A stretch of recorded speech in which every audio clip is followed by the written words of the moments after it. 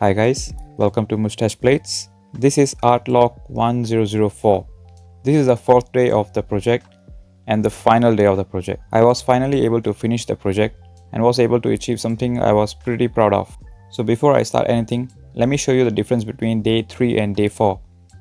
The main difference is in the texturing of the main house and also the things I have done in Compositor, like some contrast and some bloom. So let's just go in detail. I tried adding some variation to the house texture. I wanted it to have some kind of variation rather than it being just flat colors. So I created some kind of mask using the Voronoi and the noise texture. So the first mask was something like a worn off paint kind of a look, maybe because of all the light and the rain.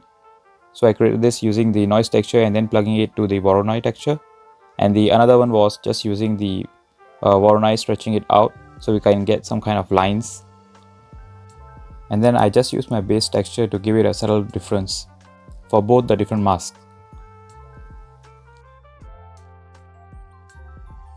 I also used the gradient texture to create some kind of difference in the areas that are further away from the light, so they will be slightly darker than the one that are nearer to the light. And once I had these three masks, I just applied all of them to every single place in the house texture. This way all of them were able to get some kind of variation while still keeping the same style. I also tried adding some kind of wooden planks to the whole house to give it a cabin look, but for some reason it didn't sit really well with me.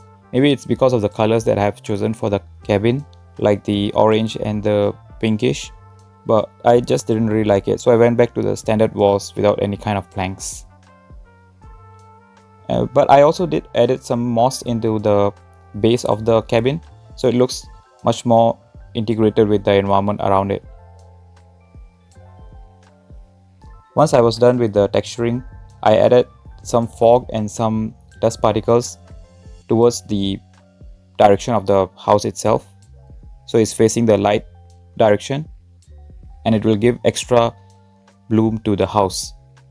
So I'm using the principal volume and tiny amount of emission and the density with some yellowish color. And for dust particles, I'm just using the dust texture and then just using emission shader to give it a bit more strength. That was all I did for the texturing and modeling for the whole project. So let me now show you the compositing part.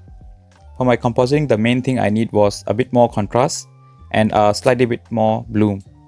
So this is what I did for my compositing for this particular project. I started with lens distortion, then moved my way for contrast using the RGB curves and the Gaussian filter, then a tiny amount of box sharpening, and finally the bloom effect. Let me show you the difference that it makes before and after the compositing. Like I said, it's slightly bit more darker and there's a bit more bloom. Let me show you how the whole project looked like from the beginning till the end, now that we have finished it. So this is how I started with just the base model. Then I started creating the background and gave it a color scheme. Added some outlines after this. Then I improved the texture or the color scheme of the foreground. Then I started playing around with the shape of the trees. Then I improved the lighting and the overall background. And finally, I fixed the main house and added some contrast and bloom using the compositor. Once I was done with the whole project, I created a small little animation to showcase the whole project.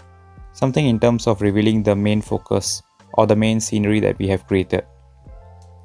For the animation, I animated the camera itself, just slightly moving down and then showing the whole setup.